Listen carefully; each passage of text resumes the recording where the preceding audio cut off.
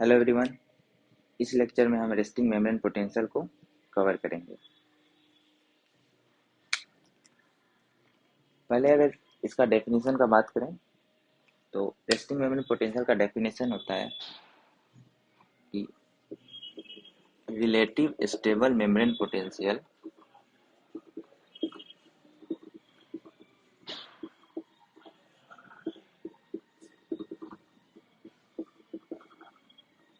Across membrane of cell in unstimulated stage, या इसको quiescent stage या क्यूनट क्विसेंट स्टेज भी बोला जाता है। ओके, इससे इसमें जो स्टेबल मेम्ब्रेन पोटेंशियल एक टर्म है और एक है अनस्टिमुलेटेड स्टेज।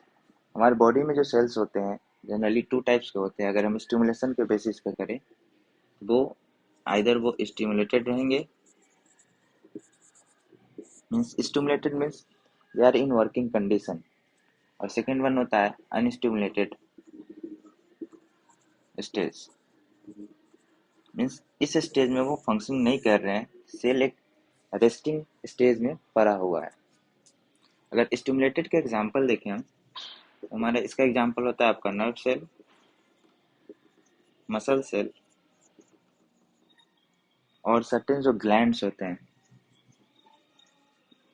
ये स्टिमुलेटेड सेल्स के एग्जांपल्स है कुछ, और रेस्ट ऑल वो हमारे अनस्टिमुलेटेड स्टेज वाले सेल्स में आ जाएंगे। तो ये बेसिक डेफिनेशंस का है, कैसे हम डिफ्रेंशिएट करते हैं सेल्स को। और हम किस सेल्स की बात करेंगे, हम अनस्टिमुलेटेड स्टेज, यानी कि जो भी नर्व सेल्स है अगर ये फंक्शनिंग या वर्किंग कंडीशन में नहीं है तो उसको हम अनस्टिमुलेटेड स्टेट में मान सकते हैं। मतलब similarly goes to muscle cells as well as glands. जब हम इन तीनों का स्टडी करेंगे रेस्टिंग मेम्ब्रेन पोटेंशियल के, तब ये सेल अपने फंक्शनिंग कंडीशन में ना होकर क्या होंगे, रेस्टिंग कंडीशन में होंगे। तब हम इनका रेस्टिंग मेम्ब्रेन पोटेंशियल को फाइंड आउट कर सकते हैं। अब हम बेसिक आइडिया लेते हैं कि रेस्टिंग मेम्ब्रेन पोटेंशियल जो है वो क्यों क्रिएट होता है हमारे सेल्स के अराउंड। तो जैसा कि हम बेसिक्स हैं ये जानते हैं, ये सेल है, इसका ये इंटरनल एनवायरनमेंट है, ये एक्सटर्नल एनवायरनमेंट है। सेल्स के इंटरनल और एक्सटर्नल एनवायरनमेंट में जो आयंस का कंसंट्रेशन है वो डिफरेंट आयंस है। ये मेजोरिटी आयंस है सेल्स के, इनका कंसंट्रेशन डिफर कर रहा है सेल्स के अंदर भी और सेल्स के बाहर भी। तो क्या होता है कि अगर हम एक पर्टिकुलर केस सिनारियो लेते हैं जैसा कि पोटेशियम है, पोटेशियम की कंसंट्रेशन बहुत ज़्यादा है, तो ये आयन पॉजिटिव है तो वो इंटीरियर क्या करेगा, वो इंटीरियर भी पॉजिटिव ही क्रिएट करेगा।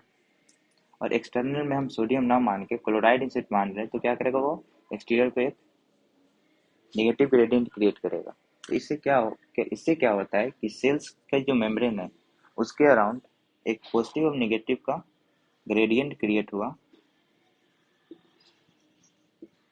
जो ग्रेडियंट एक बैटरी की तरफ फंक्शनिंग करने में हेल्प करता है।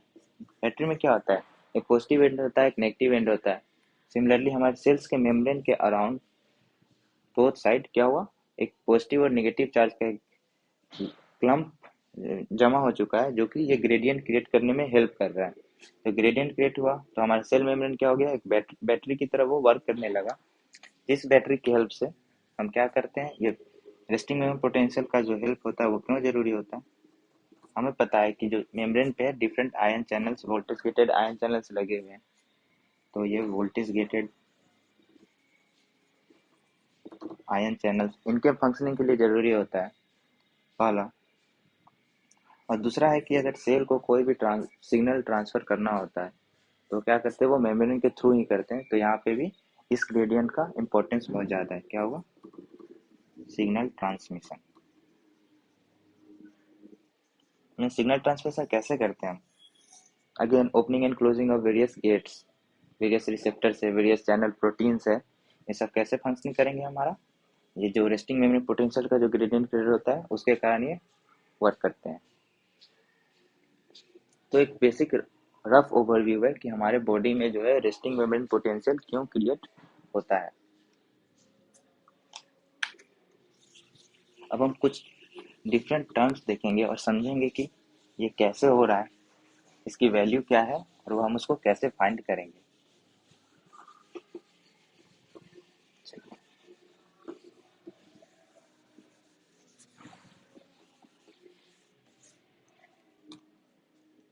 इसको समझने के लिए हम एक हाइपोथेटिकल सिचुएशन इमेजिन करेंगे, क्योंकि बहुत सारे चीज़ों का एग्रीगेशन क्या होगा वो नेट रिजल्ट होता है, लेकिन हमको इसको अंडरस्टैंड करना कि ऐसा क्यों हो रहा है। तो एक हाइपोथेटिकल सिचुएशन लेंगे और उसके बाद हम इसको इजीली अंडरस्टैंड करेंगे कि ऐसा क्यों हो रहा है और इसकी वैल्यू इतनी क्यों है। ओके, नॉर्मल केस सिनारियो लेते हैं अब।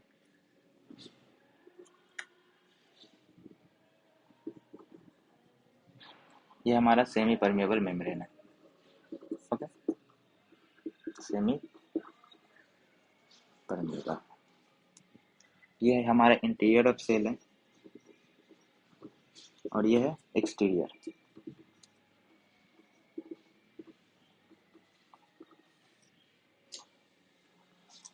हम यहाँ पे सिर्फ एक आयन ले रहे हैं कि हमारे सेल्स में सिर्फ पोटेशियम आयन है, बाकी किसी आयन्स को हम काउंट नहीं करें। अगर जैसा कि अगर हम पोटेशियम आयन को ले रहे हैं यहाँ पे, ओके, ये सेमी परमिएबल मेम्ब्रेन है और जो पोटेशियम क्या है, ये डिफ्यूजिबल आयन है, यानी कि ये इसको परमिएट कर सकता है इसलिए। तो क्या होगा, अगर कंसंट्रेशन ग्रेडियंट पोटेशियम का इनसाइड ऑफ सेल क्या होता है, मोर होता है, ऑलमोस्ट 140 मिली इक्विवेलेंट पर लीटर होता है, और एक्सटीरियर ऑफ द सेल होता है वो 4 मिली इक्विवेलेंट पर लीटर होता है। ओके, तो क्या होगा, कंसंट्रेशन ग्रेडियंट क्रिएट होने के कारण क्या होगा, पोटेशियम जो है वो इजीली डिफ्यूज करेगा। ये नॉर्मल के सिनारियो, और कब तक करते रहेगा, जब तक दोनों का जो है वो ग्रेडियंट यानी कि जो डिफरेंस है, अगर अप्रॉक्स अगर ये 172 हो जाएंगे तो क्या होगा, डिफ्यूजन नहीं होगा। नॉर्मल, अगर और कोई फैक्टर को कंसीडर नहीं करते हैं तो। बट अंदर जो है सेल के डिफरेंट टाइप्स ऑफ प्रोटीन्स होते हैं, एनायंस प्रोटीन्स होते हैं। ओके, तो क्या होता है कि अगर हम ऑस्मोसिस जब पढ़ते हैं, ऑस्मोसिस की बात कर रहे हैं, तो ऑस्मोसिस में क्या होता है कि ऑस्मोटिक प्रेशर एक कंफ्यूजिंग टर्म्स होता है। जैसे ऑस्मोटिक प्रेशर क्या होता है, ऑस्मोटिक प्रोसेस होता है the pressure required to prevent osmosis. Okay, osmotic pressure क्या होता है, ओपी क्या होता है, required to prevent osmosis. Okay, इसी तरह कंफ्यूजिंग टर्म इसमें आता है डिफ्यूजन पोटेंशियल। डिफ्यूजन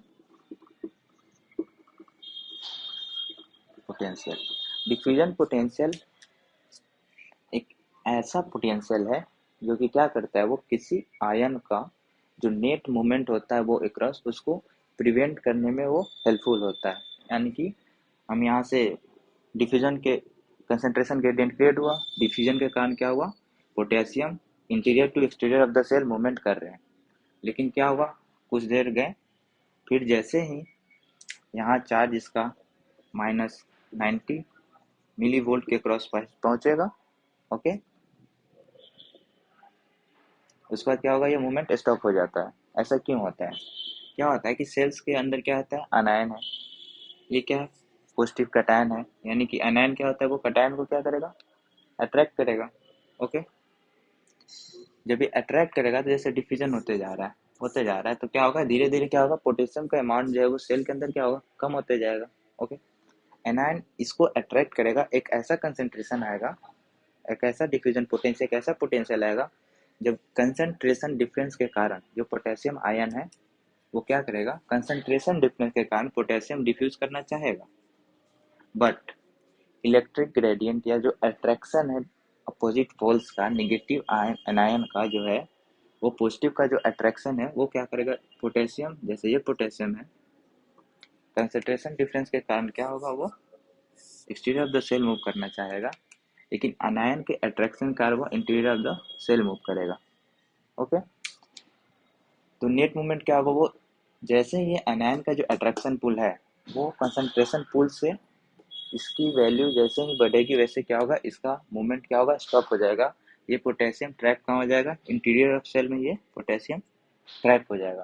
तो इसी पोटेंशियल को बोलते हैं diffusion potential, means the potential at which the net movement of an ion is prevented across the semi permeable membrane, इसको बोलते हैं डिफ्यूजन पोटेंशियल। इसी को जब हम डिफरेंट टर्म में वैल्यूज के टर्म में बात करने लगते हैं तो यही diffusion potential at equilibrium condition क्या हो जाएगा, वो नस्ट पोटेंशियल हो जाता है। उसको हम अभी बात करेंगे डिफरेंटली। ओके, तो एक बेसिक रफ ओवरव्यू है कि कैसे जो है वो मेम्ब्रेन पोटेंशियल जो है वो क्रिएट होता है। अगर हम सिंगल ये पोटेशियम आयंस की ट्रांसफर से अगर हम बात करें तो नेट जो चार्ज अंदर क्रिएट होता है सेल के interior of the cell, sorry, वो -94 मिली वोल्ट होता है। अगर अगेन सेम केस लेते हैं, कुछ वैल्यूज की बात है, अगर सोडियम जैसा कि एक्सटीरियर ऑफ द सेल में ज़्यादा अमाउंट में होता है, अगर वो सेल के अंदर इंटीरियर मूव करेगा तो जब इसकी वैल्यू +60 मिली वोल्ट हो जाएगी तो इसका जो नेट मूवमेंट है वो स्टॉप हो जाएगा और ये क्या इक्विलिब्रियम स्टेट में आ जाएगा। ओके, ये केसेस कब है, एक हाइपोथेटिकल केसेस है। इस केसेस में हम सिर्फ एक ही आयन की परमिएबिलिटी की बात कर रहे हैं तब ये केसेस ओरिजिनेट हो रहे हैं। पर इन जनरल क्या है, एक क्लम्पिंग ऑफ केसेस है, डिफरेंट बंच ऑफ या चंक ऑफ आयंस बोलते हैं, वो एक साथ परमेबल इम्परमेबल होते हैं, तो वैल्यूज को अफेक्ट करते हैं, वो कैसे करते हैं भी देखेंगे।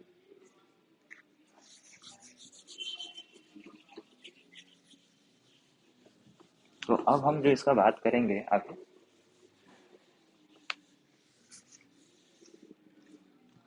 वो करेंगे नस्ट इक्वेशन की।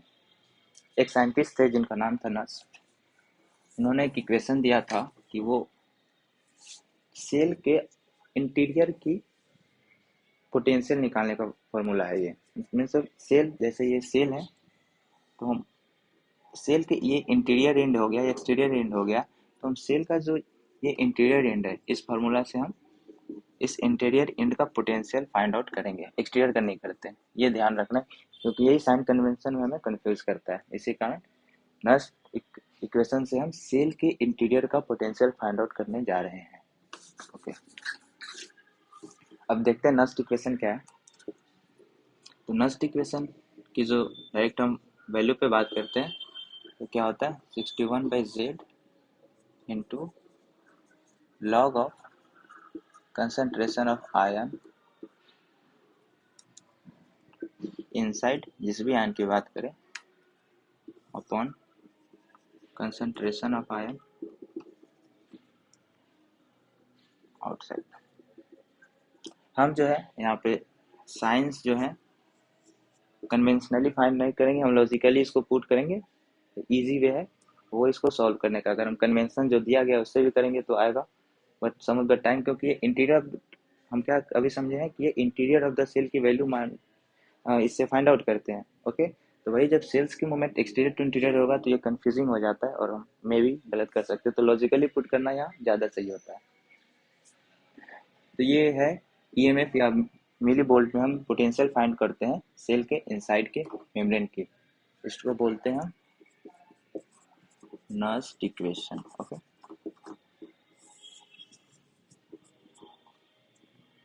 उसी तरह अगर हम नस्ट पोटेंशियल का बात करें, नस्ट पोटेंशियल, नस्ट पोटेंशियल क्या है, it's a special case of diffusion potential.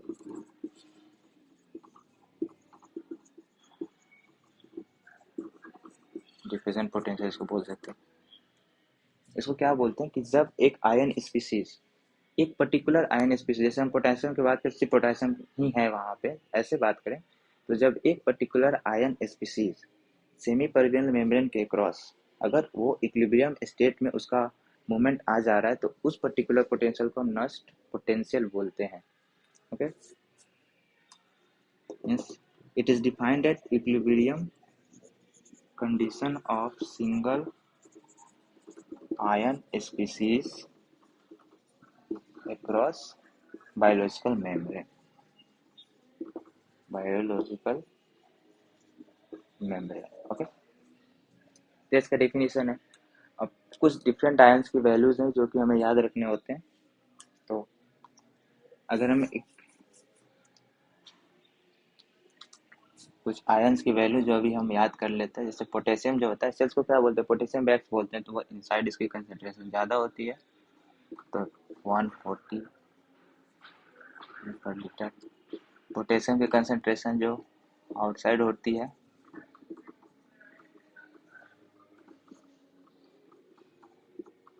ये वैल्यूज इंपॉर्टेंट है क्योंकि most of the clinical conditions जो आई होते हैं वो इन दो डिफरेंट आयंस के नॉर्मल रेंज से ऊपर या नीचे होने के कारण ही होते हैं, और ये मेजोरिटी ऑफ आयन से यही दोनों कंस्टिट्यूट करते हैं।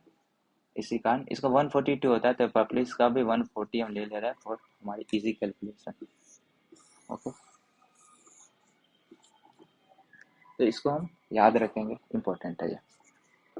अब इसकी वैल्यू क्यों याद रखेंगे, देखिए नस पोटेंशियल फाइंड कर रहे हैं। अब हम अगर पोटेशियम आयन का नस पोटेंशियल फाइंड आउट करें तो अगेन ई लिखेंगे, साइन कन्वेंशन को भी हम लीव कर रहे हैं। 61/z, z क्या होता है, वो चार्ज ऑफ आयन होता है। z क्या होता है आपका, चार्ज ऑफ आयन। ओके, तो यहाँ पे चार्ज ऑफ आयन में कन्वेंशन नहीं, सिर्फ चार्ज 1 है तो 1 पुट करेंगे, into log concentration of potassium inside 140 upon concentration of potassium outside 4। Okay, कितना हो जाएगा 61 इंटू लॉग 35, इसका वैल्यू 1.5 अप्रॉक्स होता है, तो आपका 94 मिली वोल्ट आता है। अब हम साइन की बात करें, बेसिक लॉजिक है, बेसिक हम बात करते हैं। ओके, इस बॉक्स में अगर डिफरेंट लार्ज चंक ऑफ क्या पॉजिटिव आयंस अगर यहाँ पे है, अगर इससे एक पॉजिटिव आयन जाएगा तो यहाँ पॉजिटिव है, तो यहाँ पे अभी क्या है +9 चार्ज है। ओके, अगर एक पॉजिटिव आयन डिफ्यूज कर गया इधर आ गया तो आपका क्या हो जाएगा, यहाँ पे क्या हो गया, अब +8 चार्ज बचे, क्या हो गया अंदर क्या क्रिएट हो रहा है, नेगेटिव चार्ज क्रिएट हो रहा है बेसिक। और सिमिलरली अगर हम इधर पॉजिटिव आयन रख रहे हैं तो क्या है, यहाँ पे +3 चार्ज है, लेकिन एक पॉजिटिव चार्ज अगर इधर डिफ्यूज कर गया तो यहाँ पे कितना हो जाएगा, +2 चार्ज होगा। ओके, लेकिन जो अगर यहाँ पे कोई आने तो इधर क्या होगा, +1 चार्ज होगा, क्योंकि एक पॉजिटिव चार्ज उधर से आया। तो ध्यान यही रखना है यहाँ पे कि हम पहले ही बात कर चुके हैं कि इस इक्वेशन से हम सेल के इंटीरियर मेम्ब्रेन का पोटेंशियल फाइंड आउट कर रहे हैं। ओके, तो इंटीरियर का पोटेंशियल, अब हम इनसाइड टू आउटसाइड में कंफ्यूजन होगा, हर बार क्या होगा साइन कन्वेंशन चेंज होगा, इनसाइड टू आउटसाइड अलग होगा, आउटसाइड टू इनसाइड अलग होगा। तो बेसिक लॉजिक से फाइंड आउट करेंगे, जब पॉजिटिव आयन अंदर से बाहर जा रहा है तो क्या होगा, इधर नेगेटिव क्रिएट होगा, positive ion exterior to interior आ रहा है तो अंदर इंटीरियर क्या होगा, पॉजिटिव चार्ज आएगा। अगर यही नेगेटिव आयन जो है वो बाहर से अंदर की तरफ आएगा तो इंटीरियर ऑफ द सेल क्या क्रिएट होगा, नेगेटिव, मतलब एक्सटीरियर टू इंटीरियर जो भी आएगा वो ग्रेडियंट ही फॉर्म होगा। तो अगेन पोटेशियम क्या हो रहा है, कंस्टिट्यूएंट क्या है, इनसाइड ज़्यादा है डिफ्यूजन के हिसाब से, तो क्या अंदर से बाहर की तरफ जाएगा। तो अगर कोई भी पॉजिटिव चार्ज अगर हम लूज कर रहे हैं तो अंदर कौन सा ग्रेडियंट क्रिएट होगा, नेगेटिव।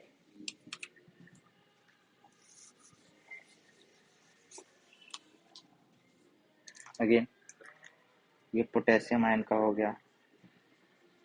आपका सोडियम आयन की बात करें अब 61, अगेन ये मोनो कैटायनिक है, लॉग और इनसाइड इज 14 140, ये होगा 1/10, तो 61 इंटू लॉग 1/10, इसको रिवर्स कर देंगे तो क्या होगा, नेगेटिव साइन आ जाता है तो -61 मिली वोल्ट आ जाएगा। ये विदाउट साइन कन्वेंशन है। तो अगेन अगर इसको हम फॉर्मूले से करेंगे तो यहाँ दो बार साइन कन्वेंशन चेंज होगा, एक तो हम यहाँ पे उल्टा कर रहे तो उसका नेगेटिव आएगा, या सीधा अगर लॉजिकली कर ले तो इसका कोई प्रॉब्लम नहीं आएगा। पॉजिटिव आयन बाहर से अंदर की तरफ आ रहा है तो यहाँ पे पॉजिटिव आयन आ जाएगा, तो यहाँ पे पॉजिटिव 61 मिली वोल्ट। मैथमेटिकली भी करेंगे उससे तो वो इजिली आ जाएगा।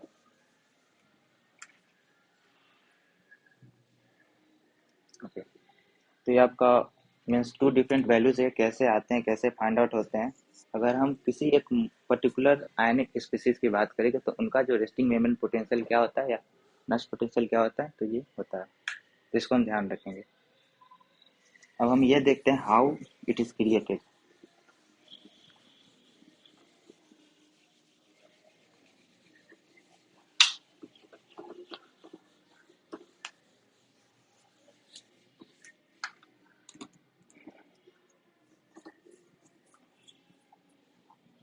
जो रेस्टिंग मेम्ब्रेन पोटेंशियल की जो वैल्यू होती है नर्व सेल की, वो क्या होता है, वो approx -90 milli volt to RMP की जो वैल्यू है वो -90 milli volt to -60 milli volt. Again ये ध्यान में ही रखना है कि हम इंटीरियर ऑफ सेल की बात कर रहे हैं, होती है। ओके, ह्यूमन बॉडी में जो नर्व सेल का RMP होता है वो -70 मिली वोल्ट होता है। तो जब हम -90 मिली वोल्ट, ये किसका होता है, लार्ज नर्व सेल्स का होता है, वो क्या होता है -90 मिली वोल्ट होता है। और हम एक्सपेरिमेंटली इसी को पढ़ते हैं तो हम इसी को फाइंड आउट करेंगे, -90 मिली वोल्ट है ये जो पर्टिकुलर वैल्यू वो कैसे आती है, इसको हम इसी सॉल्व करने जा रहे हैं। तो अभी हम नस्ट पोटेंशियल जैसे डिस्कस किए हैं टू डिफरेंट आयंस का, वैसे ही एक तीसरा जो कॉज होता है वो है, क्योंकि नस्ट पोटेंशियल क्या है, हम एक पर्टिकुलर आयन स्पीसीज के मूवमेंट को क्या कर रहे हैं, स्टडी कर रहे हैं। लेकिन हमारे बॉडी में क्या होता है, सोडियम क्या होता है, वो एक्सटीरियर टू इंटरनल इंटीरियर आ रहा है, पोटेशियम क्या होता है, इंटीरियर टू एक्सटीरियर जा रहा है। ओके, तो हम ये क्या है, different ions, many number of ions, mono mono means mono condition रह नहीं गया है, पॉली कंडीशन है यहाँ पे।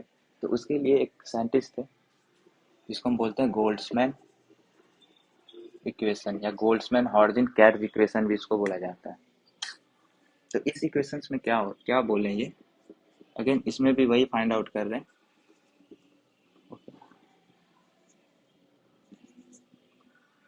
अब ये लॉग है, इन्होंने कंसंट्रेशन और परमिएबिलिटी, अभी बात करेंगे क्या, सोडियम इनसाइड।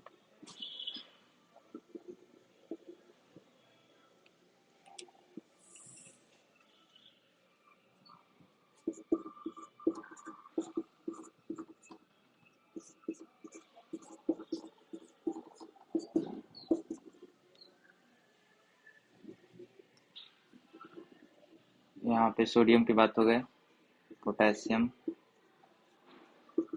और यहाँ क्लोराइड,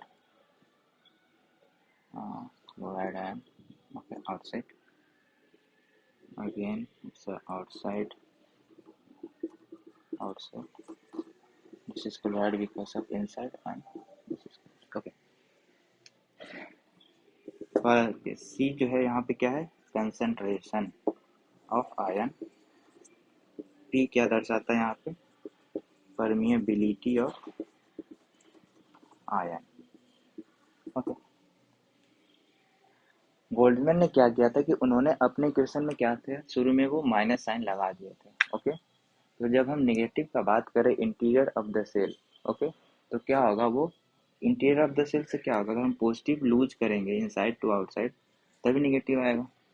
सिमिलर केस पोटेशियम का है, इनसाइड टू आउटसाइड क्या होगा, अगर हम पॉजिटिव लूज करेंगे इंटीरियर नेगेटिव होगा। ओके, यहाँ पे क्लोरीन के साथ आउटसाइड इसीलिए लेते हैं क्योंकि आउटसाइड टू इनसाइड अगर नेगेटिव आएगा तभी सेल के अंदर क्या होगा, नेगेटिव ग्रेडियंट फॉर्म हो सकता है। ओके, तो ड्यू टू यहाँ पे जो उन्होंने जो कन्वेंशन लिया था उसके कारण हम ऊपर क्या लेते हैं, outside of the for chloride ions and inside of the chloride ions. ये डिफरेंट वैल्यूज है, इसके पुट करेंगे, नंबर्स जो आएंगे वो हम फाइंड आउट भी कर सकते हैं, सिंपल याद रख सकते हैं।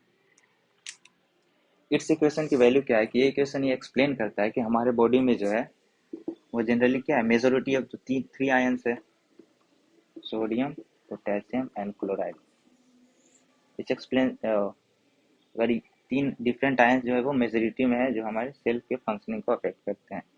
तो इस इक्वेशन की वैल्यू है और हम एक एग्जैक्ट वैल्यू फाइंड आउट कर सकते हैं जिससे कि हम पोटेंशियल या डिफरेंट चैनल्स का पोटेंशियल फाइंड आउट कर सकते हैं।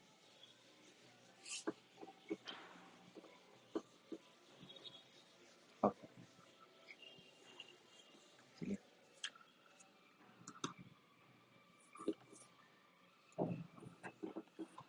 अब देखते हैं हाउ RMP इज क्रिएटेड। तो जितने भी अब हम सबको कंपाइल करेंगे, जितने भी चीज़ें हमने स्टडी किए कंपाइल करेंगे, वही है RMP how it is created. पहला जो कॉज होता है अगेन कि diffusion of potassium ion. Okay, इससे कितना क्रिएट हमने किया था, -94 milli volt. Second, sodium ion movement इससे कितना क्रिएट किया था हमने, +61 मिली वोल्ट। ओके, अगर जैसे बोल्ट्जमैन इक्वेशन में देखा तो नॉर्मली क्या होता है कि सेल जो है वो 100 times more permeable to potassium ion. Potassium is 100 times more permeable than sodium ion. Okay, ये राइट हैंड की लाइन है, ठीक है। तो जब हम गोल्ड्समैन इक्वेशन में कंसंट्रेशन और परमेबिलिटी जो रहती है ये पुट करेंगे, कंसंट्रेशन और परमेबिलिटी दो डिफरेंट आयंस का, तो हम क्या एक वैल्यू आएगा।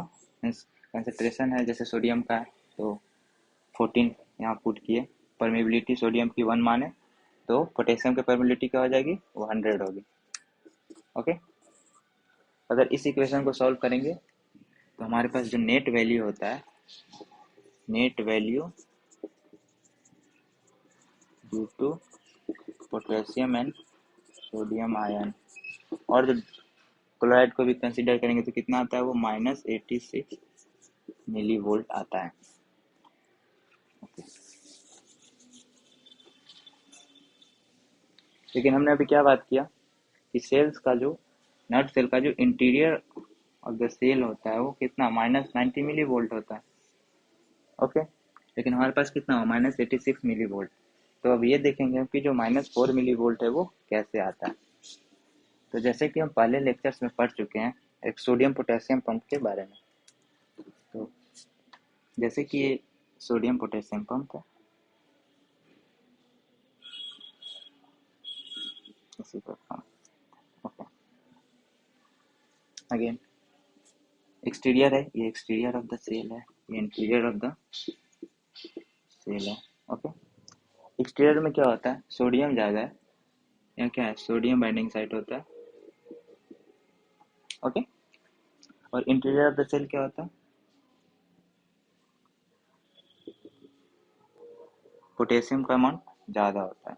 लेकिन क्या है, सोडियम पोटेशियम पंप है, पंप यानी कि क्या होगा, एक्टिवली वर्क करेगा। अगर एक्टिवली वर्क करेगा तो एटीपी का यूज करेगा, तो एटीपी का यूज हम कम करते हैं जब हम कंसंट्रेशन के अगेंस्ट वर्क करते हैं। यानी कि सोडियम पोटेशियम पंप से हम क्या करेंगे, यहाँ पोटेशियम का कंसंट्रेशन ज़्यादा होता है। अगर अगर हम इस पोटेशियम को इनसाइड टू आउटसाइड भेज रहे हैं तो इसमें एटीपी की जरूरत नहीं है, क्योंकि कंसंट्रेशन डिफरेंस ऑलरेडी प्रेजेंट है और सफिशियंट है इसको ट्रांसपोर्ट करने के लिए। लेकिन क्या होता है, एक्टिवली हम ट्रांसपोर्ट करेंगे तो हम अंदर से सोडियम को बाहर की तरफ एग्जिट करेंगे और एक्सटीरियर इन्वायरमेंट से पोटेशियम को अंदर की तरफ एग्जिट करेंगे। ओके, तो जैसे ही इंटीरियर पे ओके 3 सोडियम बाइंड होते हैं और एक्सटीरियर पे 2 पोटेशियम बाइंड करेंगे, यहाँ का पहले लेक्चर्स में देख चुके हैं। यहाँ का एटीपेज एक्टिवेट होगा, कन्फर्मेशनल चेंज होगा, 3 सोडियम है वो एक्सटीरियर ऑफ द सेल चला जाएगा, 2 पोटेशियम जो है वो इंटीरियर ऑफ द सेल आ जाएंगे। ओके, तो क्या होगा कि हम 3 सोडियम लूज कर रहे हैं और 2 पोटेशियम गेन कर रहे हैं। पहले +3 था, अब क्या हुआ +2 गेन किए, तो हम कितना अभी लॉस में, -1, -1 लॉस में है। ओके, तो सेम के सेम ही होता है कि जो सोडियम पोटेशियम पंप जो है, वो कितना नेट चार्ज क्रिएट करता है, वो -4 मिली वोल्ट का नेट वो क्रिएट करता है। ओके, तो ये है कि कैसे हम जो -90 मिली वोल्ट का है सेल का आरएमपी वो कैसे होता है। ओके, इस वैल्यूज को याद रखें, क्लिनिकली बहुत इंपॉर्टेंट है वो। और भी डिफरेंट फैक्टर्स है जो इसके फंक्शनिंग में इंपॉर्टेंट होते हैं, जैसे गिब्स डोनर इक्विलिब्रियम या इफेक्ट है, जैसा कि हम पिछले लेक्चर में पढ़ चुके हैं। तो वो भी डिफरेंट फैक्टर्स जो इस वैल्यू को अफेक्ट करते हैं। That's all from this lecture, thank you.